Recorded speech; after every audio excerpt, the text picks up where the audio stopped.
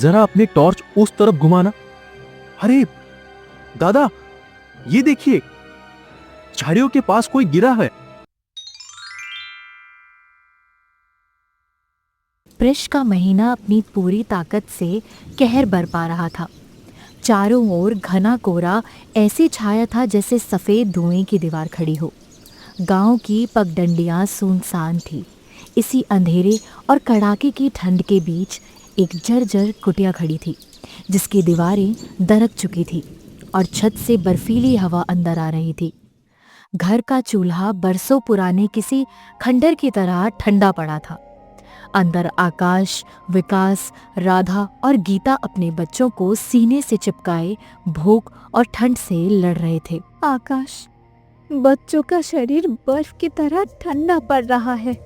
उनके लिए थोड़ा सा भी पानी गर्म करने को अब घर में सूखी लकड़ी का एक टुकड़ा तक नहीं बचा है। दीदी, लकड़ी तो दूर की बात है, आज तो रसोई के डिब्बे भी खाली है। चावल का एक दाना तक नहीं बचा जो बच्चों के मुंह में डाला जा सके। हम बड़े तो ये रात काट लेंगे, पर इन मासूमों को भूखे पेट नींद कैसे आएगी? दादा, मेरी उंगलियां सुन्न हो रही है।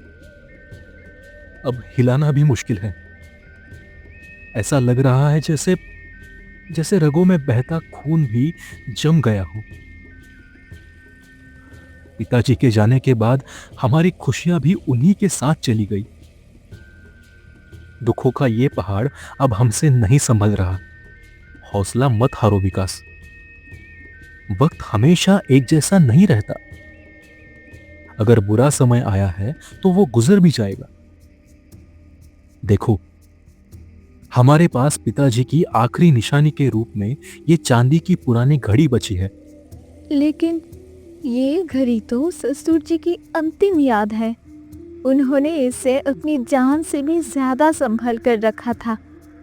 क्या अब हम इसे खो देंगे? यादें दिल में होती है राधा, घड़ियों में नहीं। अपनों की जान और उनके भविष्य को बचाने के लिए अगर इस याद को दांव पर भी लगाना पड़े तो मैं पीछे नहीं हटूंगा। मैंने फैसला कर लिया है। कल सुबह मैं इसे महाजन के पास ले जाऊंगा। इसे बेचेंगे नहीं, बिल्कुल भी नहीं। बस कुछ दिनों के लिए इसे गिरवी रख देंगे। उन पैसों से हम गांव के मोड़ पर एक छोटी सी चाय की दुकान खोलेंगे। चाय की दुकान? और इस मौसम में? हाँ विकास, इस जानलेवा ठंड में हर राहगीर को गर्मा गर्म चाय की तलाश होती है। अगर हम मेहनत करेंगे तो जल्द ही हमारे पास इतने पैसे होंगे कि हम ये घड़ी वापस छुड़ा लाएंगे।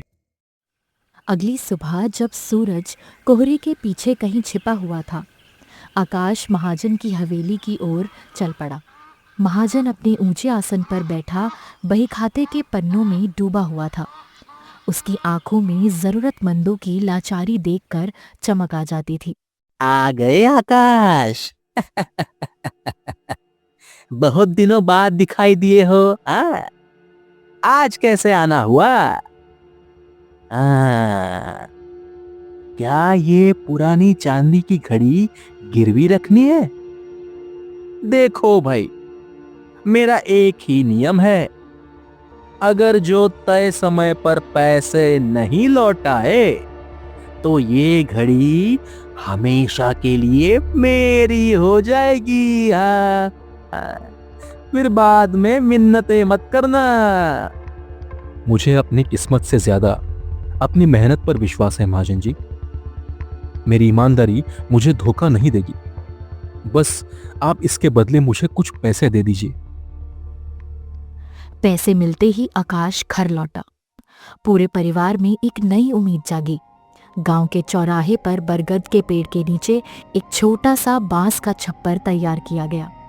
राधा और गीता ने घर में बचे कुचे पत्थरों पर मसाले कूटे और अदरक तैयार किया। आकाश और विकास ने दुकान की कमान संभाली। कुछ ही देर में अदरक और इलायची की महक पूरे चौराहे पर फैल गई।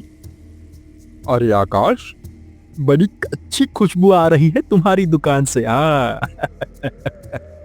इस कड़ाके की ठंड में ऐसी खुशबू तो जैसे जान फूक रही है, जान। चलो भाई, एक कुल्हड़ चाय हमें भी पिला दो। हाँ? दादा देखिए, अभी तो हमने दुकान ठीक से जमाई भी नहीं और लोगों की भीड़ जुटने लगी है। ये भगवान की कृपा है गीता, लेकिन एक बात हमेशा याद रखना, व्यापार सिर्फ सामान से नहीं बल्कि व्यवहार से चलता है। चाय में हम जितनी चीनी डालते हैं उतनी ही मिठास हमें अपनी भाषा में भी रखनी होगी। जब तक ग्राहक का मन तृप्त नहीं होगा, हमारी बरकत बिल्कुल नहीं होगी। दादा, आप सही कहते हैं। आज की बिक्री देखकर लगता है कि पिताजी की खड़ी जल्द ही हमारे पास वापस आ जाएगी। चाय का चूल्हा धधकने लगा और उसी के साथ इन दो भाइयों के जीवन की गाड़ी भी चल पड़ी। लोग आते, चाय पीते और इन भाइयों की मेहनत की सराहना करते नहीं थकते थे। पर उन्हें क्या पता था कि आगे उनकी राह में एक ऐसी घटना इंतजार कर रही है जो उनकी पूरी जिंदगी बदल देगी। रात गहरी हो चुकी थी। पृष्ठ की बर्फीली हवाएं शरीर को चीर रही थी। आकाश और विकास अपनी दुकान का काम समेटकर घर की ओर बढ़ रहे थे। चारों ओर घना कोहरा ऐसे छाया था जैसे सफेद धुएं की दीवार खड़ी हो। गांव की पगडंडियां पूरी तरह सुनसान थी। तभी अचानक सन्नाटे को चीरती हुई किसी से कहराने की आवाज आई। दादा, दादा रुकिए, क्या आपने वो आवाज सुनी? ऐसा लग रहा है जैसे कोई दर्द से तड़प रहा है।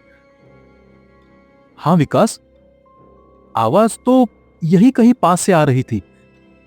एक काम करना, जरा अपनी टॉर्च उस तरफ घुमाना। अरे दादा, ये देखिए, झाड़ियों के पास कोई गिरा है। लगता है ठंड के मारे इसकी जान निकल रही है। दादा, ये तो वही मातब्बर साहब है। क्या? मातब्बर काका इस हाल में? हाँ दादा, ये वही घमंडी आदमी है जिसने पिछले साल हमें भिखारी कहकर अपने दरवाजे से कुत्तों की तरह भगा दिया था। हमें चावल का एक दाना तक नहीं दिया था इसने। इसे यही छोड़ दो इसे। आज इसे अपनी करनी का फल मिल रहा है। नहीं विकास, ऐसी बातें मत कर। प्रतिशोध से कभी भी ठंड कम नहीं होती और ना ही दिल को सुकून मिलता है। अगर उन्होंने बुरा किया तो क्या हम भी अपनी इंसानियत छोड़ दें? पर दादा, इन्होंने हमारे साथ अच्छा क्या किया है? आज अगर हम इसकी मदद कर देंगे तो ये कल फिर हमें नीचा दिखाएगा। विकास, वक्त और कुदरत अपनी लाठी खुद चलाते हैं। हमारा काम धर्म निभाना है। देख, इनकी सांसें उखड़ रही है। अगर हमने अभी इन्हें सहारा नहीं दिया तो ये कल सुबह का सूरज नहीं देख पाएंगे। चल, इनके पैर पकड़। हमें इन्हें तुरंत अपनी कुटिया में ले जाना होगा। दोनों भाई मातब्बर को कंधे पर लादकर अपनी जर्जर कुटिया में ले आए। घर पहुंचते ही राधा और गीता घबरा गई। कुटिया की हालत खराब थी। छत से बर्फीली हवा अंदर आ रही थी, लेकिन आज वहां सेवा का भाव था। आकाश और विकास ने आग जलाई। राधा ने गर्म कपड़ों का इंतजाम किया और गीता ने उनके पैर सहलाए। पूरी रात सेवा करने के बाद जैसे ही सुबह की पहली किरण फूटी, मातब्बर की आंखें खुली। तभी उनकी पत्नी बिमला भी बदहवास हालत में वहां पहुंच गई। ओह, आप यहाँ है। मैं पूरी रात आपको गाँव ढूंढती रही। मुझे लगा कोहरे में आप रास्ता भटक गए। क्या इन बच्चों ने आपकी जान बचाई? हाँ बिमला, हाँ। आज मुझे समझ आया कि असली इंसानियत क्या होती है। काका, आप पुरानी बातें याद मत कीजिए। अब आप सुरक्षित हैं, हमारे लिए यही बहुत है। नहीं बेटी, इसे भूलना नहीं चाहिए। भगवान ने हमें सजा देने के बजाय तुम जैसे नेक लोगों से मिलवाया है। तुम्हारी ये कुटिया टूटी जरूर है, लेकिन यहाँ का दिल बहुत बड़ा है। और राधा, गीता, आज से तुम लोग अकेले नहीं हो। इस गांव में अब कोई भी दुखी नहीं रहेगा। हम सब अब एक ही परिवार की तरह रहेंगे। कुछ दिन बीत गए। मातब्बर का हृदय परिवर्तन हो चुका था।